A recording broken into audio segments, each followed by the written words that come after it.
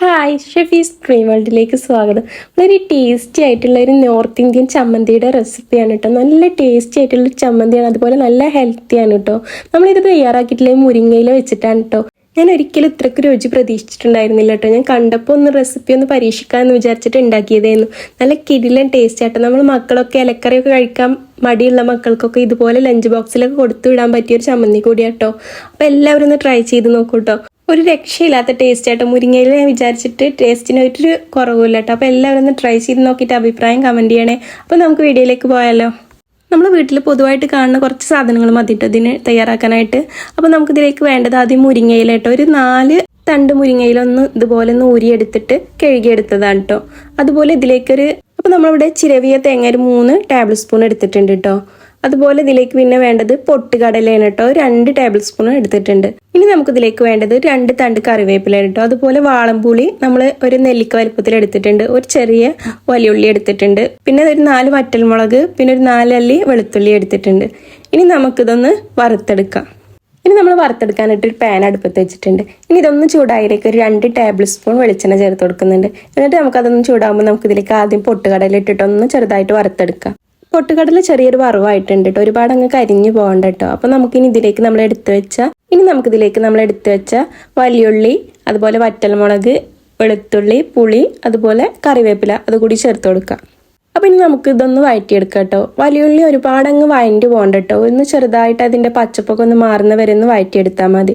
ഇനി നമുക്ക് ഉള്ളിയൊക്കെ ഒന്ന് ചെറുതായിട്ട് അതിൻ്റെ അല്ലികളൊക്കെ ഒന്ന് വിട്ട് വരുന്ന ടൈമിൽ നമുക്കിതിലേക്ക് തേങ്ങ ചേർത്ത് കൊടുക്കാം. ഇനി നമുക്ക് ഈ തേങ്ങ ചേർത്തതിന് ശേഷം ഒന്ന് മിക്സ് ചെയ്തിട്ട് ഒന്ന് ചെറുതായിട്ടൊന്ന് വഴറ്റിയെടുക്കാം. എന്നിട്ട് നമുക്കിതിലേക്ക് നമുക്കിതിലേക്ക് മുരിങ്ങയില ചേർത്ത് കൊടുക്കാം. എന്നിട്ട് നമുക്ക് ഈ മുരിങ്ങയില ഒന്ന് സോഫ്റ്റ് ആവുന്ന വരെ ഒന്ന് വഴറ്റിയെടുക്കാം. ഒരുപാട് അങ്ങ് കുഴഞ്ഞു പോകണ്ട കേട്ടോ. നമുക്കൊന്ന് ആ പച്ചപ്പ് മാറിയിട്ട് നമുക്കതൊന്ന് ഇതിൽ കുഴഞ്ഞ് കിട്ടിയാൽ മതി കേട്ടോ. ഒരുപാട് അങ്ങ് വേവിക്കണ്ട, ഒന്ന് വഴറ്റിയെടുത്താൽ മതി കേട്ടോ, അതിൻ്റെ പച്ചപ്പ് പോകുന്നവരെ. അപ്പം ഇനി നമുക്കിതൊന്ന് വഴറ്റിയെടുക്കാം. അപ്പോൾ ഇതിവിടെ റെഡി ആയിട്ടുണ്ട് കേട്ടോ. മുരിങ്ങയിൽ ഇതുപോലെയാണ് വേണ്ടത് കേട്ടോ. ഒരുപാടങ്ങ് വെന്ത് കുഴഞ്ഞു പോകണ്ട കേട്ടോ. അപ്പം നമുക്ക് ആ ടെക്സ്ചർ ചമ്മന്തിക്ക് കിട്ടൂല. ഇതുപോലെ ഒരുപാടങ്ങ് കുഴഞ്ഞു പോകാതെ ആ പച്ചപ്പിൽ തന്നെ നമുക്ക് കിട്ടണം കേട്ടോ. എന്നാൽ അതിൻ്റെ സ്മെല്ല് മാറിക്കിട്ടും വേണം. അങ്ങനെയാണ് നമ്മൾ വഴറ്റിയെടുക്കേണ്ടത് കേട്ടോ. ഇത് പാകമാണ്. അപ്പോൾ ഇനി നമുക്കിതൊന്ന് തണുക്കാനായിട്ട് മാറ്റി വെക്കാം. അപ്പോൾ നമ്മൾ പ്രധാനപ്പെട്ട ഒരു കാര്യം വിട്ടു പോയിട്ടുണ്ടായിരുന്നു കേട്ടോ. ഉപ്പ് ഇടാൻ മറന്നിട്ടുണ്ടായിരുന്നു. അപ്പോൾ നിങ്ങൾ നേരത്തെ ചേർക്കുകയാണെങ്കിൽ അങ്ങനെ ചേർക്കട്ടോ. അല്ലെങ്കിൽ ഈ ടൈമിൽ ചേർത്തിട്ടൊന്ന് മിക്സ് ചെയ്തെടുത്താൽ മതി. നമ്മൾ അരച്ചെടുക്കുന്നതല്ലേ. അപ്പോൾ നമുക്കിതൊന്ന് മിക്സ് ചെയ്തിട്ട് നമുക്ക് ഇതിന് മിക്സിയുടെ ജാറിലേക്ക് മാറ്റാം.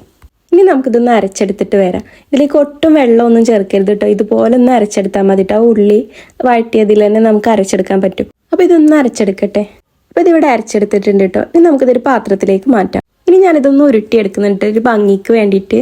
അപ്പോൾ ഇതുപോലെ ഒന്ന് ഉരുട്ടിയെടുത്തിട്ടുണ്ട്. ഇനി കഴിഞ്ഞില്ല കേട്ടോ. ഇനി ഇതിൻ്റെ മുകളിലായിട്ട് കുറച്ച് വെളിച്ചെണ്ണയും കൂടി ചേർത്ത് കൊടുക്കുക കേട്ടോ. ഒരു 2 ടേബിൾ സ്പൂണോ വെളിച്ചെണ്ണ ഇതിൻ്റെ മുകളിലായിട്ട് ഒഴിച്ചു കൊടുക്കുന്നുണ്ട്. നല്ല ടേസ്റ്റ് ആട്ടോ ഇത് കഴിക്കാൻ. ഒന്നും പറയാനില്ല. നമുക്ക് ചോറിൻ്റെ കൂടെ വേറെ ഒന്നും വേണ്ട. ഇത് മാത്രം കൂട്ടിയിട്ട് നമുക്ക് ചോറ് കഴിക്കാം കേട്ടോ.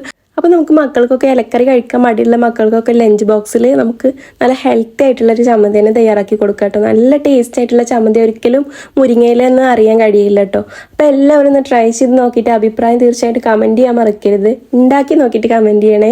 അപ്പോൾ വീഡിയോ കണ്ടിട്ട് ഇഷ്ടപ്പെട്ട ഒന്ന് ലൈക്കും ഷെയറും കൂടെ സബ്സ്ക്രൈബും ചെയ്ത് കൂട്ടാക്കണേ. ഇൻഷാല്ലാ മറ്റൊരു നല്ല വീഡിയോ ആയിട്ട് വീണ്ടും വരാം.